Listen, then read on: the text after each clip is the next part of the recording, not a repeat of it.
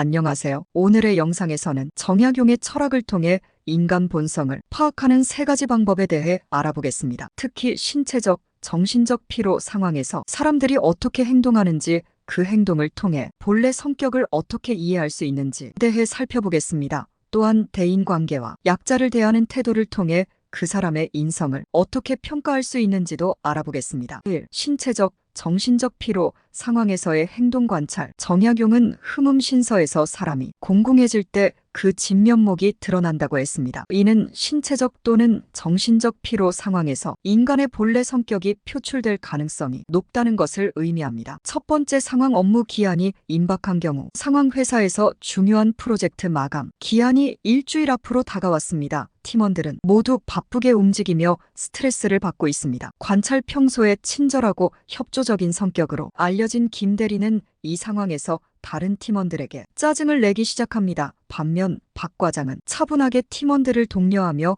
문제 해결에 집중합니다. 결론, 김 대리는 스트레스 상황에서 본래의 성격이 드러나며 스트레스 관리가 부족한 반면 박 과장은 높은 인내심과 스트레스 관리 능력을 가지고 있습니다. 두 번째 상황, 장시간 운전 중 상황, 가족과 함께 5시간 동안 차를 몰고 여행을 떠납니다.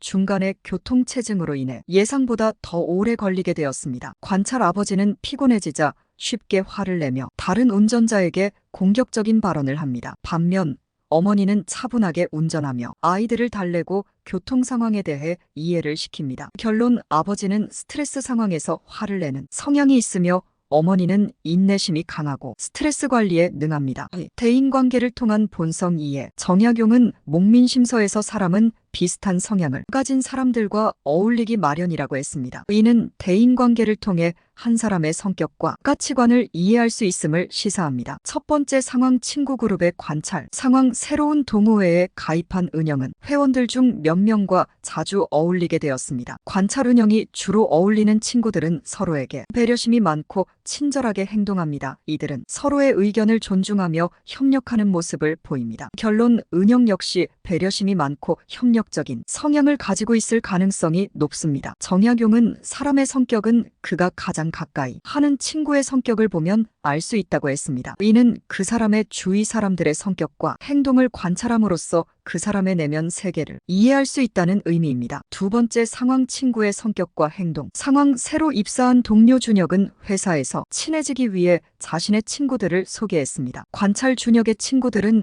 모두 정직하고 신뢰할 만한 사람들로 보입니다.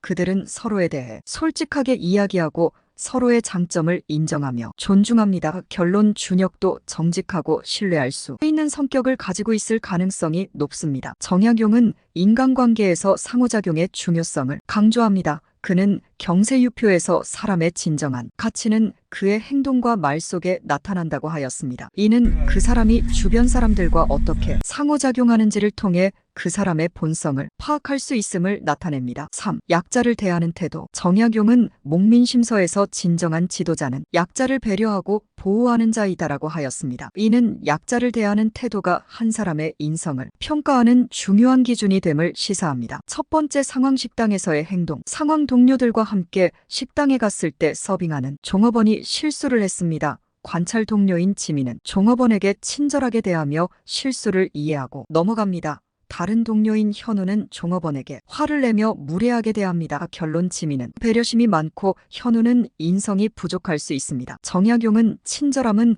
인간 본성의 진정한 척도이다라고 하여 약자에 대한 친절함을 통해 그 사람의 진정한 성격을 알 수 있다고 하였습니다. 두 번째 상황, 노약자와의 상호작용. 상황, 버스에서 자리가 부족해 서 있는 노약자가 보입니다. 관찰, 승객인 다혜는 자리를 양보하며 노약자에게 친절하게 대합니다. 반면 승객인 철수는 자리를 양보하지 않고 자신의 자리에서 휴대폰만 봅니다. 결론, 다혜는 배려심이 크고 철수는 배려심이 부족할 수 있습니다. 정약용은 흠음신서에서 사회적 약자에 대한 태도는 그 사람의 도덕적 수준을 나타낸다고 강조합니다. 이는 약자에게 공정하고 친절하게 대하는 태도를 통해 그 사람의 본성과 도덕적 기준을 알 수 있음을 의미합니다. 이와 같이 다양한 상황에서 사람들의 행동을 관찰함으로써 그들의 본성과 도덕적 기준을 이해할 수 있습니다.